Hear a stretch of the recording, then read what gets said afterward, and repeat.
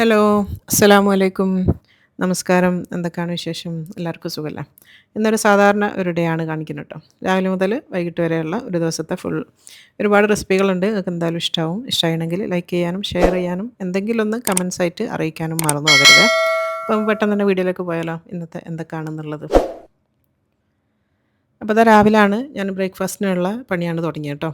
അപ്പോൾ ഇന്ന് ഉണ്ടാക്കുന്നത് പത്തിരിയാണ്. എൻ്റെ നാട്ടിലെ കോഴിക്കോടൻ സ്പെഷ്യൽ പത്തിരിയാണ്, നൈസ് പത്തിരി. അപ്പോൾ കുറച്ചധികം വെള്ളം വെച്ച് കൊടുത്തിട്ടുണ്ട്. അതിലേക്ക് ഉപ്പും കൂടെ ചേർത്ത് കൊടുത്താണ്. എന്നിട്ട് നന്നായിട്ടൊന്ന് തിളച്ചോട്ടെ. അതിലേക്ക് ഇതാ പത്തിരിപ്പൊടി. ഇത് പച്ചരിപ്പൊടിയാണ് കേട്ടോ, വറുത്ത പച്ചരിപ്പൊടി. പത്തിരിപ്പൊടി, ഇടിയപ്പപ്പൊടി, അപ്പപ്പൊടി എന്ന് പറയുന്നത് അതാണിത്. അപ്പോൾ അത് ഇട്ട് കൊടുക്കുകയാണ്. അപ്പം ഞാനിവിടെ ഉണ്ടാക്കലെന്ന് പറഞ്ഞാൽ എൻ്റെ സ്ഥിരം വ്യൂവേഴ്സിനറിയാം, നമ്മളൊരു വെള്ളം വെച്ചിട്ട് അതിലേക്ക് ആവശ്യത്തിനുള്ള പൊടി ഇട്ട് കൊടുക്കലാണ്. നമ്മൾ സ്ഥിരം ഉണ്ടാക്കുന്നതായതുകൊണ്ട് അത്രയും ഉണ്ടാക്കുന്ന സാധനം ആയതുകൊണ്ട് നമുക്ക് ഇങ്ങനെയാണ് ഉണ്ടാക്കാൻ എളുപ്പം. ഈ അളന്നെടുക്കുന്ന ആൾക്കാരാണെങ്കിൽ ഒരു കപ്പ് പൊടി എടുക്കുകയാണെങ്കിൽ 1.5 കപ്പ് വെള്ളം എന്നുള്ള കണക്കിൽ വെള്ളം അളന്നെടുത്താൽ മതി കേട്ടോ. എന്നിട്ട് അത് നന്നായിട്ട് വാട്ടി വെച്ചിട്ടുണ്ട്. ഇനി ഇത് വലിയൊരു തളിക ഇതേപോലത്തെ വലിയൊരു പാത്രം എടുത്തിട്ട് അതിലേക്ക് ഞാൻ ഇട്ട് കൊടുക്കുന്നുണ്ട്. ഇത് കുഴച്ചെടുക്കാനുള്ള എളുപ്പത്തിന് വേണ്ടിയിട്ടാണ്. വലിയ ഇതുപോലത്തെ പാത്രം എടുത്താൽ കുഴയ്ക്കാൻ കുറച്ചും കൂടെ എളുപ്പമായിരിക്കും. അപ്പോൾ അത് മുഴുവനായിട്ട് ഞാൻ അതിലേക്ക് ഇട്ട് കൊടുത്തിട്ടുണ്ട്. ഇനി ഇതിൽ കുറച്ച് വെള്ളം ഒഴിച്ച് വെക്കണം കേട്ടോ. അപ്പോൾ കുഴയ്ക്കുന്ന സമയത്ത് നമുക്ക് വെള്ളം തൊട്ടാണ് ഇത് കുഴച്ചെടുക്കുക. ഇതിപ്പോൾ നന്നായിട്ട് ഒന്ന് ചൂടൊക്കെ ആറിയതിന് ശേഷം കുഴച്ചാൽ മതി. ഞാൻ ചൂടോട് കൂടി തന്നെയാണ് കുഴക്കുന്നത് കേട്ടോ. ഞാനിപ്പോൾ ഇത് റെസ്റ്റ് ചെയ്യാനൊന്നും വെക്കണില്ല. അപ്പോൾ കൈ പൊള്ളുന്നുണ്ടെന്ന് തോന്നുകയാണെങ്കിൽ, നല്ല ചൂടാന്ന് തോന്നുകയാണെങ്കിൽ ഇടയ്ക്കിടയ്ക്ക് അങ്ങനെ വെള്ളത്തിലിങ്ങനെ ഒന്ന് തൊട്ട് കൊടുത്താൽ മതി. അപ്പം പൊള്ളാണ്ട് നമുക്ക് കുഴച്ചെടുക്കാൻ വേണ്ടി പറ്റും. അത് ഇങ്ങനെ ചെയ്യാൻ പറ്റാത്ത ആൾക്കാർക്ക് പ്രശ്നമൊന്നുമില്ല കേട്ടോ. കുറച്ച് നേരം വെച്ചാൽ മതി. അപ്പോൾ ഇതിൻ്റെ ചൂടൊക്കെ ഒന്ന് പോയാൽ കുഴച്ചെടുത്താൽ മതി, കുഴപ്പമൊന്നുമില്ല. അപ്പോൾ അത് നന്നായിട്ട് ഇതിനൊന്ന് കുഴച്ചെടുക്കുന്നുണ്ടേ. പിന്നെ പത്തിരി ഉണ്ടാക്കുമ്പോൾ ഞാനെപ്പോഴും പറയുന്നതാണ്, ചെറിയൊരു ചൂടോടുകൂടി കുഴക്കൽ തന്നെയാണ് ഏറ്റവും ബെസ്റ്റ്. നല്ല ചൂട് കുഴക്കാൻ പറ്റിയില്ല എന്നുണ്ടെങ്കിൽ ചെറിയ ചൂടിൽ കുഴച്ചെടുത്താൽ മതി. എന്നാലാണ് നല്ലോണം നന്നാവുള്ളൂ. അപ്പോൾ നന്നായിട്ട് കുഴച്ചെടുത്തിട്ടുണ്ട്. നല്ല സോഫ്റ്റായിട്ട് കുഴച്ചെടുക്കണം കേട്ടോ, എന്നാലാണ് പത്തിരിക്ക് നല്ല മയം ഉണ്ടാവുള്ളൂ. അപ്പോൾ നല്ല സോഫ്റ്റായിട്ട് ഞാൻ കുഴച്ച് വെച്ചിട്ടുണ്ട്. ഈ ഒരു രീതിയിലാണ്. ഇനി നമുക്ക് ഉരുട്ടിയെടുക്കണം. നമ്മൾ എത്ര വലിപ്പമുള്ള പത്തിരിയാണോ ഉണ്ടാക്കുന്നത് അതിനനുസരിച്ചുള്ള ഉരുളായിട്ട് ഒന്ന് ഉരുട്ടിയെടുക്കുക. ഞാൻ ഒരുപാട് നൈസാക്കിയിട്ടല്ല ഉണ്ടാക്കൽ. അത് ചെറിയൊരു തടിയേ എൻ്റെ ഇതിലുള്ളൂ കേട്ടോ. ഭയങ്കര നൈസും ആക്കൂല, എന്നാൽ നല്ല തടിയിലും ആക്കലില്ല. ഈ ഒരു രീതിയിൽ ഒരു ചപ്പാത്തിൻ്റെ അത്ര വേണ്ട, അതിലും കുറച്ച് കുറച്ചിട്ട്. ഇനിയിപ്പോൾ ഇതാ ഉരുട്ടിയെടുത്ത ഓരോ ഉരുളയും നന്നായിട്ട് കയ്യിൽ വെച്ചിട്ട് ഇതിനൊന്ന് ഉരുട്ടിയെടുക്കണേ. നല്ല ഷേപ്പാക്കി എടുക്കണം. മറ്റു പിന്നെ നമ്മൾ ഇതേപോലെ ഒന്ന് ഉരുട്ടിയെടുത്തതിന് ശേഷം പ്രസ്സിൽ വെച്ചിട്ട് ഒന്ന് അമർത്തിയെടുത്താൽ മതി. ഇനിയിപ്പം പ്രസ്സില്ലാന്നുണ്ടെങ്കിൽ ഒരു സ്റ്റീൽ പ്ലേറ്റ് വെച്ചിട്ട് കവറിൽ ഉരുള വെച്ചിട്ട് സ്റ്റീൽ പ്ലേറ്റ് വെച്ച് അമർത്തിയാലും ഇതേപോലെ ആയിട്ട് കിട്ടും കേട്ടോ. പ്രസ്സില്ലെങ്കിലും അപ്പോൾ ഒന്നും കൂടി ഞാൻ പരത്തുന്നുണ്ട്. അപ്പോൾ ഈ ഒരു തടിയിലാണ് ഞാൻ എടുക്കുന്നത്. അപ്പോൾ ഞാനിവിടെ മുറത്തിൽ ഇട്ട് വെക്കുകയാണ് കേട്ടോ. മൊത്തം പരത്തിയതിന് ശേഷമാണ് ഞാൻ ചുടലേ. ഇനി ഇല്ലാന്നുണ്ടെങ്കിൽ നിങ്ങൾ തൊട്ടടുത്ത് തന്നെ അടുപ്പിൽ കല്ല് വെച്ച് കൊടുത്തിട്ട് പരത്തുന്നതിനനുസരിച്ച് ഓരോന്നോരോന്നായിട്ട് ചുട്ട് കൊടുക്കട്ടോ. അങ്ങനെയും ചെയ്യാം. ഞാൻ മൊത്തത്തിൽ ഇങ്ങനെ പരത്തി വെച്ചതിന് ശേഷമാണ് ചുടൽ. അപ്പോൾ അത് കംപ്ലീറ്റ് ഞാൻ എല്ലാം മുറത്തിൽ പരത്തി വെച്ചിട്ടുണ്ട്. ഇനി നമുക്ക് ചൂടാണ് വേണ്ടത്. ഇനിയിപ്പോൾ അതിൻ്റെ മുന്നേ ഞാൻ കറി അവിടെ അടുപ്പത്ത് വെക്കാൻ വേണ്ടി പോകുന്നുണ്ട് കേട്ടോ. അപ്പോൾ കുക്കറിലേക്ക് ഞാൻ വലിയ 2 ഉള്ളിയാണ് എടുത്തത്. വലിയ ഉള്ളി കേട്ടോ. എന്നിട്ട് ഇതിനൊന്ന് വഴറ്റിയെടുക്കണം. വെളിച്ചെണ്ണ ഒഴിച്ച് കൊടുത്തിട്ട് ഒന്ന് വഴറ്റിയെടുക്കുകയാണ്. അപ്പോൾ അതവിടെ നിന്ന് വാടുന്ന നേരം കൊണ്ട് ഞാൻ ചായക്കും കൂടി വെക്കുന്നുണ്ട് കേട്ടോ. ഞാൻ ചായ കുടിച്ചിട്ടില്ല. അപ്പോൾ കുട്ടികളെ കാത്ത് നിൽക്കുന്നതാണ്. അപ്പോൾ കുറേ നേരമായി വെയിറ്റ് ചെയ്യുന്നത്. അപ്പോൾ അവർ വരുന്നൊന്നും കാണുന്നില്ല, എണീക്കുന്നില്ല. അപ്പോൾ പിന്നെ ഞാൻ എനിക്കുള്ള ഒരു ഗ്ലാസ് ചായ വെക്കുന്നുണ്ട്. അപ്പോൾ ദാ ചായ അവിടെ നിന്ന് റെഡി ആവുന്നുണ്ട്. അപ്പോഴത്തേക്ക് നമ്മളെ ഉള്ളിയൊക്കെ ഒന്ന് വാടി വന്നതാണ് കേട്ടോ. ഈ ഒരു രീതിയിലായാൽ മതി. ഒരുപാടങ്ങ് വാടി കുഴയൊന്നും വേണ്ട. ഇതിലേക്ക് ഇതാ 1 ടേബിൾ സ്പൂൺ ഇഞ്ചി വെളുത്തുള്ളി പേസ്റ്റ് ചേർത്ത് കൊടുക്കുന്നുണ്ട്. എന്നിട്ട് അതും കൂടെ ഇതിൻ്റെ കൂടെ കൂട്ടിയിട്ട് അതിൻ്റെ ഒരു പച്ചമണം മാറുന്നവരെ നന്നായിട്ട് ഇതിനൊന്ന് വഴറ്റിയെടുക്കണം. ഒന്ന് വാടിയെന്ന് കണ്ടു കഴിഞ്ഞാൽ ഇനി ഇതിലേക്ക് കുറച്ച് തക്കാളിയും പച്ചമുളകും അരിഞ്ഞ് വെച്ചാണ്, അതും കൂടി ഇട്ട് കൊടുക്കുന്നുണ്ട്. 2 വലിയ സൈസുള്ള തക്കാളി എടുത്താണ്. ഒരു 3-4 പച്ചമുളകും ഉണ്ട്. ഇനി തക്കാളിയും ഒന്ന് ചെറുതായിട്ടൊന്ന് ഉടഞ്ഞ് വരണം കേട്ടോ. ഇതിലിട്ടിട്ട് നന്നായിട്ടൊന്ന് വെന്ത് വരട്ടെ. അപ്പോഴത്തേക്ക് നമ്മളെ ചായയൊക്കെ ഇവിടെ റെഡി ആയിട്ടുണ്ട്. അതിന് ഞാൻ ഗ്ലാസ്സിലേക്ക് മാറ്റുകയാണ്. അപ്പോൾ ഞാൻ പറയുന്നതാണ്, സ്റ്റീവിയ ഇട്ട് കൊടുക്കുന്നുണ്ട്. പഞ്ചസാര എന്താ വേണ്ടിയെന്ന് വെച്ചാൽ ഇട്ടാൽ നമുക്ക് പെട്ടെന്ന് കുടിക്കാൻ പറ്റും. പിന്നെ മധുരം മാക്സിമം ഒഴിവാക്കുന്നതാണ് കേട്ടോ. ഷുഗറൊന്നും ഇല്ല, എന്നാലും ഒന്ന് കൺട്രോൾ ചെയ്യുന്നതാണ്. അപ്പോൾ നമ്മളെ ചായ ഇവിടെ റെഡിയായി. ഇനിയിപ്പോൾ കുട്ടികൾ എണീച്ചാലേ ഞാനും എന്തെങ്കിലും കഴിക്കലുള്ളൂ കേട്ടോ. അതുവരെ എനിക്ക് ഈ ഒരു ചായ കിട്ടിയാൽ മതി. ഇനിയിപ്പോൾ തക്കാളിയൊക്കെ ഒന്ന് വാടാൻ തുടങ്ങിയിട്ടുണ്ട്, ഒന്ന് കുഴയാൻ തുടങ്ങിയിന്. ഇനി ഇതിലേക്ക് കുറച്ച് ടൊമാറ്റോ പേസ്റ്റും കൂടെ ചേർത്ത് കൊടുക്കുന്നുണ്ട്. 1 ടേബിൾ സ്പൂൺ അത്രയും മതി. കാരണം തക്കാളി ഓൾറെഡി നമ്മൾ ഇട്ടിട്ടുണ്ടല്ലോ. അപ്പോൾ 1 ടേബിൾ സ്പൂൺ തക്കാളി പേസ്റ്റും കൂടെ ചേർത്ത് കൊടുത്തിട്ടുണ്ട്. നല്ലൊരു കളറും കിട്ടും, നല്ലൊരു ടെക്സ്ചറും, ഒരു ക്രീമി ടെക്സ്ചറിലാവും. അതിന് വേണ്ടിയിട്ടാണ് ചേർത്തത്. ഇനി ഇതിലേക്ക് കുറച്ച് പൊടികളാണ് വേണ്ടിയത്. മുളക് പൊടി ഒരു 1.5 ടേബിൾ സ്പൂൺ മുളക് പൊടി ഇട്ടാണ്. 1 ടേബിൾ സ്പൂൺ മല്ലിപ്പൊടി ഇട്ട് കൊടുക്കുക. പിന്നെ വേണ്ടിയ മഞ്ഞൾപ്പൊടിയാണ് ഒരു നുള്ള് മതി, ഒരു 1/4 ടീസ്പൂൺ മഞ്ഞൾപ്പൊടി. പിന്നെ അതാ ഗരം മസാല ഒരു ടീസ്പൂൺ നിറച്ചിട്ട് കൊടുക്കുന്നുണ്ട്. പിന്നെ പെരുംജീരകത്തിൻ്റെ പൊടിയാണ്, അതൊരു 1/2 ടീസ്പൂൺ. ഇത്രയും പൊടികൾ ചേർത്തിട്ട് നന്നായിട്ട് അതിൻ്റെ ഒരു പച്ചമണം മാറുന്നവരെ മിക്സ് ചെയ്ത് കൊടുക്കാം. പൊടികൾ വാടി ഒരു നല്ലൊരു സ്മെല്ല് വരും. ഇനി ഇതിലേക്ക് കുറച്ച് കരിവേപ്പിലയും കൂടി ഇട്ട് കൊടുക്കുന്നുണ്ട്. പിന്നെ അതാ ആവശ്യത്തിന് ഉപ്പും കൂടെ ചേർത്ത് കൊടുക്കുന്നുണ്ട്. ആ ഒരു ഇറച്ചിയിലേക്കും കൂടിയുള്ള ഉപ്പാണ് ചേർത്ത് കൊടുത്തത്. 1/2 ടീസ്പൂൺ ഉപ്പ് ചേർത്താണ്. എന്നിട്ടൊന്ന് മിക്സ് ചെയ്ത് കൊടുക്കുക. ഇനിയിപ്പോൾ അതാ ക്ലീൻ ചെയ്ത് വെച്ചിട്ടുള്ള എല്ലോട് കൂടിയിട്ടുള്ള ബീഫാണ്. 1 കിലോ ബീഫാണ് ഞാൻ എടുത്തത്. എല്ലും പാടയൊക്കെ ഉള്ള ബീഫ് തന്നെയാണ്. എന്നിട്ട് നന്നായിട്ട് ആ ഒരു ഗ്രേവിയും ഈ ഒരു ഇറച്ചിയും കൂടെ മിക്സ് ആകുന്ന രീതിയിൽ നന്നായിട്ട് മിക്സ് ചെയ്തതിൻ്റെ ശേഷം വെള്ളം ഒഴിച്ച് കൊടുക്കുക. ഞാനത് സ്റ്റീൽ കുക്കർ ആയതുകൊണ്ടാണ് അത്യാവശ്യം വെള്ളം ഒഴിച്ച് കൊടുക്കുന്നത് കേട്ടോ. പിന്നെ കുറച്ചൊരു ഗ്രേവി വേണം, പത്തിരിയല്ല, അപ്പോൾ കുറച്ച് ഗ്രേവി വേണം. ഏകദേശം ഒരു 2 കപ്പോളം വെള്ളം ഞാൻ ഒഴിച്ച് കൊടുത്തിട്ടുണ്ട് കേട്ടോ. എന്നിട്ട് നന്നായിട്ട് മിക്സ് ചെയ്ത് തിള വന്നപ്പോൾ അതാ മൂടി വെക്കുന്നുണ്ട്. ഒരു 6 മുതൽ 8 വരെ വിസിൽ വരണം ഇത് വെന്ത് കിട്ടണമെങ്കിലേ. അപ്പോൾ അത് ഞാൻ മാറ്റി കൊടുത്തിട്ടുണ്ട്. ഇനിയിപ്പോൾ നമ്മളിതാ പത്തിരി ചുടാൻ വേണ്ടി പോവുകയാണ്. ഒരു 4 എണ്ണം ഇടാൻ പറ്റുന്ന കല്ലാണിത്. അപ്പോൾ ഒരു 4 എണ്ണമൊക്കെ ഒന്നിച്ചങ്ങ് പോവും. ആദ്യത്തെ മറിച്ചിടൽ വേഗം മറിച്ചിട്ട് കൊടുക്കുക. 2 മറിച്ചിടലേ ഈ പത്തിരിക്കുള്ളൂ കേട്ടോ. ഫസ്റ്റ് വേഗം മറിച്ചിടുക. ഇനി അടിഭാഗം ഒന്ന് വെന്തെന്ന് തോന്നിയാൽ തിരിച്ചിട്ട് കൊടുക്കുക. അപ്പോൾ തന്നെ അത് പൊള്ളി വരും. അപ്പോൾ ഈ ഒരു രീതിയിൽ പൊള്ളിയാൽ മാത്രമാണ് നമ്മൾ ആ ഒരു കുഴയും അതേപോലെ തന്നെ പരത്തിയതും വാട്ടിയതും ഒക്കെ കറക്റ്റാണെന്നുള്ളത് മനസ്സിലാവുക കേട്ടോ. അപ്പോൾ നല്ല പെട്ടെന്ന് തന്നെ ഇതായിട്ട് കിട്ടും. ശ്രദ്ധിക്കേണ്ടത് തന്നെ, ഒരുപാട് അങ്ങോട്ടും ഇങ്ങോട്ടൊന്നും തിരിച്ച് മറിച്ച് വിടരുത്. 2 മറിച്ചിടൽ. ഇനിയിപ്പോൾ ചൂടോടുകൂടി ഞാനിത് കാസറോളിലേക്ക് മാറ്റി കൊടുക്കുന്നുണ്ട്. ഇപ്പോൾ അടുത്തതും ഇതാ ഇങ്ങനെ ഞാൻ ചുട്ടുകൊണ്ട് നിൽക്കുന്നുണ്ട്. ഒന്നിച്ച് പരത്തി വെച്ച് കഴിഞ്ഞാൽ നമുക്കിങ്ങനെ ചുടാൻ നല്ല എളുപ്പമാണ്. അപ്പോൾ ഞാനിവിടെ കസാല ഇട്ടിട്ട് ഇവിടെ ഇരിക്കലാണ് ചുടുന്ന സമയത്ത്. അപ്പോൾ നമുക്ക് ഇരുന്നും കൊണ്ട് ഇത് ചുടാനും പറ്റും. പരത്തുമ്പോൾ ഒന്നും എന്തായാലും നമുക്ക് ഇരുന്ന് ചെയ്യാൻ വേണ്ടി പറ്റില്ല. ചുടാൻ പ്രശ്നമില്ല, നമുക്കവിടെ ഇരുന്നാൽ ഒന്നിച്ചങ്ങ് ചുട്ടെടുക്കാം. അപ്പോൾ അതെല്ലാം ചുട്ട് ഇതാക്കി നടന്നുകൊണ്ട് നിൽക്കുന്നുണ്ട്. ഇനിയിപ്പോൾ ഞാൻ ഒന്നും കൂടെ പറഞ്ഞുതരാം. കഴിഞ്ഞ വീഡിയോൻ്റെ അടിയിൽ കുറേ കമൻസ് കണ്ടത്, കഴിഞ്ഞ ആണോയെന്നറിയില്ല, അതിൻ്റെ മുന്നത്താണോയെന്നറിയില്ല, ഈ ഒരു പാത്രത്തിൻ്റെ ലിങ്ക് ഇപ്പോഴും എനിക്ക് കമൻസ് വന്നുകൊണ്ടിരിക്കുന്നുണ്ട്. എന്താണ് ഇതിൻ്റെ ലിങ്ക് തരുമോയെന്ന് വെച്ചിട്ട്. അപ്പോൾ ലിങ്ക് തരാൻ ഞാനിത് ഓൺലൈൻ ആപ്പ് വഴി വാങ്ങിയതല്ല. ഇതെൻ്റെ അമ്മൻ്റെ അനിയത്തി മക്കളും കൂടി എനിക്ക് ഗിഫ്റ്റ് തന്നതാണ്, എളാമിയ മക്കളും. അപ്പോൾ ഇതെന്നെ ഗിഫ്റ്റ് തന്നതെന്ന് പറഞ്ഞാൽ ഒരു 5-6 കൊല്ലം മുന്നേ എനിക്ക് തന്ന പാത്രമാണ് കേട്ടോ. അത് സെറാമിക്കിൻ്റെ പാത്രമാണ്, കുക്ക് ചെയ്യാൻ പറ്റുന്നതാണ്, ഡയറക്റ്റ് ഫ്ലെയിമിൽ വെക്കാൻ പറ്റുന്ന പാത്രമാണ്, വലിയ ടൈപ്പ് പാത്രമാണ്. അപ്പോൾ ഇത് ഏതെങ്കിലും ഓൺലൈൻ ആപ്പിൽ ഉണ്ടോ എന്നുള്ളത് എനിക്കറിയില്ല കേട്ടോ. ഇനിയിപ്പോൾ നമ്മൾ ആ കറിയൊക്കെ ഇവിടെ റെഡി ആയിട്ടുണ്ട്. ഞാൻ കുക്കറൊക്കെ തീ ഓഫ് ചെയ്ത് വെച്ചതാണ്. നല്ല കറക്റ്റ് പാകത്തിൽ ബീഫൊക്കെ നന്നായിട്ട് വെന്താണ്. അതുപോലെ തന്നെ ആവശ്യത്തിന് ഇതിൽ ഗ്രേവിയും ഉണ്ട് കേട്ടോ. ഈ ഒരു കറിയും പത്തിരിയും എന്ന് പറഞ്ഞാൽ അടാറ് കോമ്പിനേഷനാണ് കേട്ടോ, ഭയങ്കര ടേസ്റ്റാണ്. അപ്പോൾ അതാ പത്തിരിയും ഞാൻ മൊത്തത്തിൽ ഇവിടെ ചുട്ട് കാസറോളാക്കി വെച്ചതാണ്. അടിപൊളി പത്തിരിയും ഇതും. ഇനിയിപ്പോൾ ഞാൻ കുറച്ച് മാങ്ങ ഉപ്പിലിടാൻ വേണ്ടിയിട്ട് വാങ്ങി വെച്ചിട്ടുണ്ടായിരുന്നു. ഇവിടെ ആച്ചിക്ക് മാങ്ങ ഉപ്പിലിട്ടെന്ന് പറഞ്ഞാൽ ഭയങ്കര ഇതാണ്. ഇങ്ങനെ നമ്മൾ കുപ്പി നിറച്ച് ഇട്ട് വെച്ച് കഴിഞ്ഞാൽ ഓനത് ഒരൊറ്റ ദിവസം കൊണ്ടൊക്കെ വേണമെങ്കിൽ കംപ്ലീറ്റ് തിന്ന് തീർക്കും. അത്രയും ഇഷ്ടമുള്ള സാധനമാണ് മാങ്ങ ഉപ്പിലിട്ടത്. അപ്പോൾ ഇത് ഈ ഒരു കോമാങ്ങ എന്നാണ് നിങ്ങളെന്തായാലും പറയാമെന്നറിയില്ല, നീളമുള്ള മാങ്ങ. ഇതിങ്ങനെ ഉപ്പിലിടാൻ ഏറ്റവും നല്ലത് ഈ ഒരു ടൈപ്പ് മാങ്ങയാണ്. അപ്പോൾ ഇതിൻ്റെ കളർ കണ്ടിട്ട് പഴുത്തതൊന്നുമല്ല കേട്ടോ, നല്ല പുളിയുള്ള പച്ച തന്നെയാണ്. നല്ല ചനച്ച മാങ്ങ എന്നറിയില്ല, അതാണിത്. അപ്പോൾ ഞാനിവിടെ ഒരു കുപ്പി വൃത്തിയാക്കി ഉണക്കി വെച്ചിട്ടുണ്ട്. ഉപ്പിലിടുമ്പോൾ ശ്രദ്ധിക്കേണ്ടതെന്ന് പറഞ്ഞാൽ കുപ്പി നല്ല ഉണങ്ങിയ കുപ്പിയായിരിക്കണം, നല്ല വൃത്തിയാക്കിയിട്ടുള്ള. അതിലേക്ക് മൊത്തം മാങ്ങ ഇട്ട് കൊടുക്കുക. ഇപ്പോൾ അത് കംപ്ലീറ്റ് തന്നെ അരിഞ്ഞ് ഇട്ട് കൊടുത്തിട്ടുണ്ട്. ഇനി ഇതിലേക്ക് ഒരു 2 പച്ചമുളകും കൂടി ഇട്ട് കൊടുക്കുന്നുണ്ട്. എരിവ് കൂടുതൽ വേണമെന്നുണ്ടെങ്കിൽ 4-5 ഒക്കെ പച്ചമുളക് ഇട്ട് കൊടുക്കുക. ഇവിടെ പിന്നെ എരിവ് അധികം വേണ്ട, ചെറുതായിട്ട് മതി. അപ്പോൾ 2 പച്ചമുളക്, പിന്നെ കുറച്ച് കറിവേപ്പിലയും കൂടെ ഇട്ട് കൊടുക്കുന്നുണ്ട്. ഇനി ഇതിലേക്ക് വേണ്ടത് ഉപ്പാണ് കേട്ടോ. കല്ലുപ്പാണെങ്കിൽ എത്രയും നല്ലതാണ്. അപ്പോൾ അതൊരു വലിയ കുപ്പിയാണല്ലോ, അപ്പോൾ അതിൽ നിറച്ചും വെള്ളം വരുന്നുണ്ട്. അപ്പോൾ ഒരു 4 ടേബിൾ സ്പൂണോളൊക്കെ ഉപ്പ് വേണ്ടി വരും. നിങ്ങൾ ഇളക്കി നോക്കിയിട്ട് ഇട്ട് കൊടുത്താൽ മതി. ഇനിയിപ്പോൾ ഇതിലേക്ക് സുർക്കയാണ് വയ്ക്കുന്നത്. ഒരു 3-4 ടേബിൾ സ്പൂൺ സുർക്ക വേണ്ടി വരും. ഇനി ഇതിലേക്ക് തിളപ്പിച്ച വെള്ളമാണ് ആറിയതിൻ്റെ ശേഷം കേട്ടോ. കൈയിട്ടാൽ പൊള്ളാത്ത രീതിയിലുള്ള ഒരു ചെറിയ ചൂടുവെള്ളമാണ് ഞാൻ ചേർക്കുന്നത്. നന്നായിട്ട് ചൂട് പോയിട്ടില്ല, ചെറിയ ചൂടുവെള്ളം. അപ്പോൾ ചെറിയ ചൂടുവെള്ളം ഒഴിച്ച് കൊടുക്കുകയാണെങ്കിൽ പെട്ടെന്നായി കിട്ടും, അതിനാണ് ചെറിയ ചൂടോടുകൂടി ഒഴിക്കുന്നത്. ഇനിയിപ്പോൾ കയ്യിൽ ഒന്ന് തിരിച്ച് വെച്ചിട്ട് ആ ഒരു ഉപ്പൊന്ന് മിക്സാക്കി കൊടുക്കാൻ വേണ്ടി ഞാനൊന്ന് മിക്സ് ചെയ്ത് കൊടുക്കുന്നുണ്ട്. അപ്പോൾ മിക്സ് ചെയ്തതിന് ശേഷം നോക്കിയപ്പോൾ ഉപ്പ് കുറവാണ്. അപ്പോൾ ഞാൻ 1 ടേബിൾ സ്പൂൺ കൂടി ഉപ്പിട്ട് കൊടുക്കുന്നുണ്ട്. ഇനി ഞാൻ ഇളക്കുന്നില്ല, ഇങ്ങനെ തന്നെ മൂടി വെക്കുകയാണ് കേട്ടോ. അപ്പോൾ ഇങ്ങനെ വെച്ച് കഴിഞ്ഞാൽ ഒറ്റ ദിവസം മതി, ഒരു ദിവസം കൊണ്ട് നമുക്കിത് തിന്നാൻ വേണ്ടി പറ്റും. അപ്പോൾ അതാ ഉപ്പിലിട്ട് ഇവിടെ റെഡി ആയിനെ. ഇനിയിപ്പോൾ അതാ തിന്നാൻ വേണ്ടി എല്ലാവരും ഇറങ്ങി കേട്ടോ. അപ്പോൾ നമ്മൾ ചുട്ട് വെച്ച പത്തിരിയും ചൂടോടുകൂടിയുള്ള പത്തിരിയും ആ ഒരു ബീഫും നല്ല ടേസ്റ്റാണ്. ബീഫൊക്കെ എല്ലായിടത്തും കഴിഞ്ഞോ, ഒരുപാട് ബീഫ് കിട്ടുന്ന സമയമാണല്ലോ ഈ വലിയ പെരുന്നാളിൻ്റെ സമയം എന്ന് പറയുന്നത്.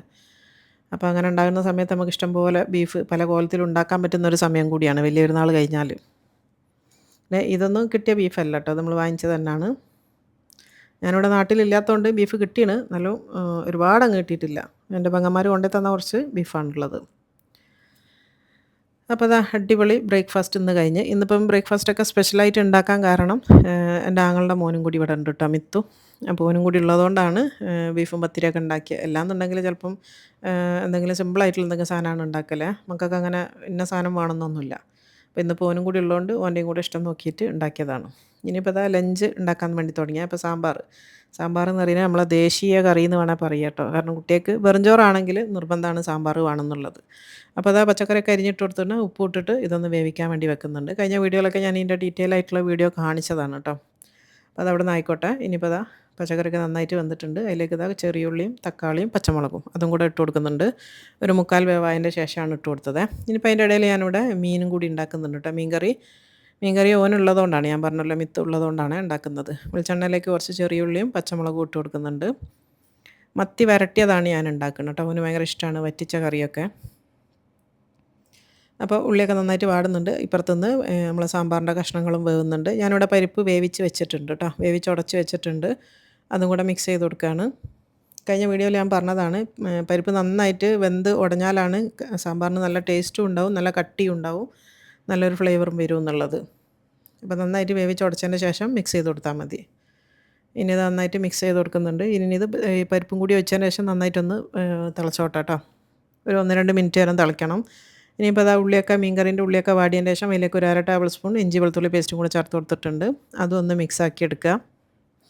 എൻ്റെ ഒരു പച്ചമണം മാറിക്കഴിഞ്ഞാൽ തക്കാളിയാണ് ചേർക്കേണ്ടത്. അപ്പോൾ എൻ്റെ അടുത്ത് തക്കാളി തീർന്നു പോയിന്. അപ്പോൾ ഞാനിവിടെ ടൊമാറ്റോ പേസ്റ്റാണ് ചേർക്കുന്നത് കേട്ടോ. ഒരു 2 ടേബിൾ സ്പൂൺ ടൊമാറ്റോ പേസ്റ്റ് ചേർക്കുന്നുണ്ട്. അപ്പോൾ തക്കാളി ഉണ്ടെങ്കിൽ തക്കാളി അരച്ച് ചേർത്ത് കൊടുത്താൽ മതി. അതിപ്പോൾ ഇല്ലാത്തതുകൊണ്ടാണ് ഞാനിത് ചേർത്തത് കേട്ടോ. ഇനിയിപ്പോൾ നന്നായിട്ടൊന്ന് മിക്സ് ചെയ്തെടുക്കുക. ഇനി ഇതിലേക്ക് കുറച്ച് പൊടികളും വേണം. കുറച്ച് കറിവേപ്പില ഇട്ട് കൊടുക്കുന്നുണ്ട്. ഇനിയിപ്പോൾ അത് മുളക് പൊടിയാണ്. ഒരു 1.5 ടേബിൾ സ്പൂണോളം മുളക് പൊടി ചേർക്കുന്നുണ്ട്. പിന്നെ വേണ്ടത് കുറച്ച് മഞ്ഞൾപ്പൊടിയാണ്, ഒരു 1/4 ടീസ്പൂൺ മഞ്ഞൾപ്പൊടി. പെരുംജീരകത്തിൻ്റെ പൊടി 1 ടീസ്പൂൺ നിറച്ച്. ഇത്രയിൽ പൊടികളുള്ളൂ. ഇനി ഉലുവൻ്റെ പൊടി കയ്യിലുണ്ടെന്നുണ്ടെങ്കിൽ കുറച്ച് ഉലുവൻ്റെ പൊടിയും ചേർത്ത് കൊടുക്കണം. എൻ്റെ അടുത്ത് ഇപ്പം ഇല്ല, അതുകൊണ്ട് ഞാൻ ചേർത്തിട്ടില്ല. ഇനിയിപ്പോൾ അതെല്ലാം കൂടെ നന്നായിട്ടൊന്ന് മിക്സ് ചെയ്ത് ആ ഒരു പൊടികളെ പച്ചമണമൊക്കെ ഒന്ന് മാറുന്ന വരെ വാട്ടിയെടുക്കുക. ഇനി അതിലേക്ക് ആവശ്യത്തിന് ഉപ്പ് ചേർത്ത് കൊടുക്കുക. ഉപ്പും കൂടെ ചേർത്തതിന് ശേഷം നന്നായിട്ടൊന്ന് മിക്സ് ചെയ്തെടുക്കുക. ഇനി ഇതിലേക്ക് ആവശ്യത്തിന് പുളിവെള്ളമാണ് ഒഴിച്ച് കൊടുക്കേണ്ടത് കേട്ടോ. പുളിയൊക്കെ ഓരോരുത്തരുടെ ഇഷ്ടത്തിനനുസരിച്ച് എത്ര വേണം നോക്കിയിട്ട് ചേർത്ത് കൊടുത്താൽ മതി. ഇനി പുളിവെള്ളം ചേർത്തതിന് ശേഷം നന്നായിട്ട് തിളയ്ക്കണം കേട്ടോ. അതിൻ്റെ ശേഷം ഇതിലേക്ക് കുറച്ച് വെള്ളം ഒഴിച്ച് കൊടുക്കുന്നുണ്ട്. നമ്മൾ വറ്റിച്ച കറിയാണ് ഉണ്ടാക്കുന്നത്, വരട്ടിയെന്ന് പറയുന്നത്. അപ്പോൾ ഒരുപാട് വെള്ളം വേണ്ട. ഇനിയിപ്പോൾ ഇതിലേക്ക് ഈ ഒരു ചെറിയ കുഞ്ഞമ്മത്തി എന്ന് പറയില്ല നമ്മൾ, അതാണത്. അപ്പോൾ കുറച്ച് മത്തിയിലിട്ട് കൊടുക്കുന്നുണ്ട്. ബാക്കി ഞാൻ പൊരിക്കാൻ വേണ്ടി വെക്കുകയാണ് കേട്ടോ. അത്രയും മത്തി ആവശ്യമുള്ളൂ. എന്നിട്ടൊന്ന് ജസ്റ്റ് ഒന്ന് മിക്സ് ചെയ്ത് കൊടുക്കുക. എന്നിട്ട് അടച്ച് വെച്ചിട്ട് ഒരു 3-4 മിനിറ്റ് നേരം ഇതൊന്ന് വേവിച്ചെടുത്താൽ മതി. അപ്പോഴത്തേക്ക് നമ്മൾ മത്തി വരട്ടിയത് റെഡിയാവും. ഞാൻ അടച്ച് വെച്ച് കൊടുക്കുന്നുണ്ട്. ഇപ്പോൾ നമ്മൾ മത്തി വരട്ടിയത് ഇവിടെ റെഡി ആയിട്ടുണ്ട്. ഞാനിവിടെ ഇറക്കി വെച്ചാണ്. ഇനിയിപ്പോൾ സാമ്പാറിൻ്റെ പരിപ്പും കൂടി ചേർത്തതിന് ശേഷം നന്നായിട്ട് തിളച്ചതിന് ശേഷം കുറച്ച് പുളിയും കൂടി ഒഴിച്ച് ഒന്നും കൂടി വേവിക്കുന്നുണ്ട്. പുളി ഒഴിച്ചതിന് ശേഷം നന്നായിട്ട് വെട്ടി തിളച്ചിട്ടുണ്ട്. ഇത്രയും മതി. പുളിൻ്റെ പച്ചമണം ഒന്ന് മാറി വരണം, അതിനാണ് വേവിക്കുന്നത്. ഇനി ഇതിലേക്ക് കുറച്ച് നല്ലോണം മല്ലിച്ചപ്പ് അരിഞ്ഞും കൂടി ചേർത്ത് കൊടുക്കുന്നുണ്ട്. ഒന്നും കൂടെ മിക്സ് ചെയ്ത് കൊടുക്കുക. നന്നായിട്ടൊന്ന് തിളച്ചോട്ടെ. അപ്പോൾ നന്നായിട്ട് തിളച്ചിട്ടുണ്ട് കേട്ടോ. ഇനി ഇതിലേക്ക് ഒരു ടീസ്പൂണോളം ശർക്കരൻ്റെ പൊടിയാണ് ചേർത്ത് കൊടുക്കുന്നത്. ശർക്കര ഇല്ലയെന്നുണ്ടെങ്കിൽ 1 ടീസ്പൂൺ പഞ്ചസാര ചേർത്ത് കൊടുത്താലും മതി. ഇനിയിപ്പോൾ അതിൻ്റെ വറവാണ് ഇടാൻ വേണ്ടി പോകണം കേട്ടോ. ഞാനിപ്പുറത്ത് ഒരു പാൻ വെച്ച് കൊടുത്തിട്ടുണ്ട്. അതിലേക്ക് കുറച്ച് വെളിച്ചെണ്ണ ഒഴിച്ച് കൊടുക്കുക. വെളിച്ചെണ്ണ ഓയിലോ ഇഷ്ടമുള്ളത് എടുക്കാം.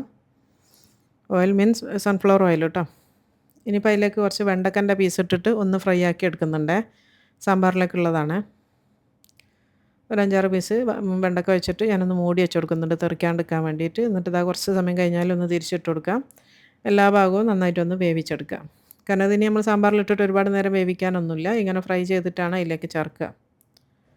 ഒരു 2-3 മിനിറ്റ് നേരം ഓരോ ഭാഗവും തിരിച്ചിട്ടിട്ട് ഒന്ന് ഫ്രൈ ആക്കി എടുത്താൽ മതി. ഇപ്പോൾ നമ്മളെ വെണ്ടക്കൊക്കെ നന്നായിട്ട് വെന്താണ് കേട്ടോ. ഞാനത് സാമ്പാറിലേക്ക് ഇട്ട് കൊടുക്കുകയാണ്. ഈ ഒരു രീതിയിൽ നമ്മൾ വെണ്ടക്ക ചേർക്കുകയാണെങ്കിൽ നമുക്ക് സാമ്പാർ തീരെ കുഴഞ്ഞു പോവില്ല. വെണ്ടക്ക പെട്ടെന്നൊരു കൊഴുപ്പ് വരുന്ന സാധനമല്ല, അതിനാണ് നമ്മളിങ്ങനെ ചേർത്ത് കൊടുക്കുന്നത്. ഇങ്ങനെ തന്നെയാണ് എല്ലാവരും ചേർക്കുക കേട്ടോ.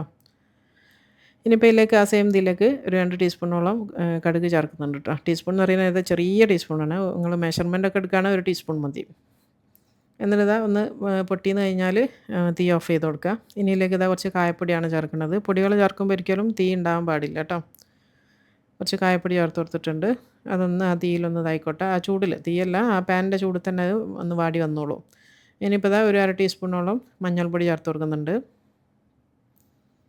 ഇതൊക്കെ ആ ചൂട് തന്നെ ആയിക്കോളൂ കേട്ടോ. പിന്നെ അത് ഹോം മെയ്ഡ് സാമ്പാർ മസാല ആണ്. ഞാൻ ബിരിയാണി മസാല എന്നാണ് പറയാൻ പോണത്. സാമ്പാർ മസാല കേട്ടോ. അതിൻ്റെ ലിങ്ക് എൻ്റെ ഡിസ്ക്രിപ്ഷൻ ബോക്സിലുണ്ട്. വേണമെന്നുണ്ടെങ്കിൽ അത് നോക്കിയാൽ മതി. അതും കൂടെ ഇട്ടിട്ട് നന്നായിട്ട് ഇതിനൊന്ന് ആ ഒരു ഇതിൽ ഒന്ന് ഫ്രൈ ആക്കി എടുക്കാം. ആ ഒരു ചൂടേ ഉണ്ടാകാൻ പാടുള്ളൂ കേട്ടോ. ഒരുപാടങ്ങ് ചൂടുണ്ടാകാൻ പാടില്ല. അപ്പം പൊടികൾ മൊത്തത്തിൽ ടേസ്റ്റ് മാറിപ്പോവും. ഇനി നന്നായിട്ട് മിക്സ് ചെയ്തിട്ട് ഇത് നമ്മൾ തിളച്ചുകൊണ്ടിരിക്കുന്ന സാമ്പാറിലേക്ക് ഒഴിച്ച് കൊടുക്കാം. ഇനി ഇത് ഒഴിച്ചതിന് ശേഷം ഒരു 1-2 മിനിറ്റ് വരെ നമ്മൾ സാമ്പാറൊന്ന് തിളപ്പിച്ചെടുക്കണം കേട്ടോ. അപ്പോൾ ആ പാനിലേക്ക് കുറച്ച് കറി ഒഴിച്ചിട്ട് ഞാനൊന്ന് അത് തിരിച്ചും ഇങ്ങോട്ടേക്ക് തന്നെ ഒഴിക്കുന്നുണ്ട്. അപ്പോൾ ഇവിടെ കുട്ടികൾക്ക് 3 ആളും ലിയാനുണ്ടെങ്കിൽ ഓക്കും സാമ്പാർ നിർബന്ധമാണ്. ഓക്കും ഭയങ്കര ഇഷ്ടമാണ്. കുട്ടികൾക്കെല്ലാം തന്നെ പച്ചക്കറിയാണ് കറി കൂടുതലും ഇഷ്ടം. മീൻ കറി വേണ്ട, മീൻ പൊരിച്ചതാണ് ഇവിടെ വേണ്ടത്. ഇന്നിപ്പോൾ മീൻ കറി ഉണ്ടാക്കിയ ഓനുള്ളതുകൊണ്ട് മാത്രമാണ്. അപ്പോൾ നമ്മൾ സാമ്പാർ റെഡി ആയിട്ടോ. അതിന് ഇറക്കി വെക്കാം. ഇനിയിപ്പോൾ ഞാനൊരു ഉപ്പേരി ഉണ്ടാക്കുന്നുണ്ട്. കോവക്കൻ്റെ ഉപ്പേരിയാണ്. അപ്പോൾ അത് കുറച്ച് വെളിച്ചെണ്ണ ഒരു പാനിലേക്ക് ഒഴിച്ച് കൊടുത്താണ്. അതിലേക്കും കുറച്ച് കടുക് ഇട്ടിട്ട് ഒന്ന് പൊട്ടിച്ചെടുക്കാം. അപ്പോൾ ഞാൻ മൂടി വെക്കുന്നുണ്ട്. ഇപ്പോൾ പൊട്ടിയെന്ന് കണ്ടു കഴിഞ്ഞാൽ ഇതാ കോവക്കാനെ ചെറുതായിട്ട് വട്ടത്തിൽ അരിഞ്ഞ് വെച്ചതാണ്. 2-3 പച്ചമുളകും കുറച്ച് ഉള്ളിയും കേട്ടോ. ഒരു ചെറിയ ഉള്ളിയാണ് എടുത്തത്.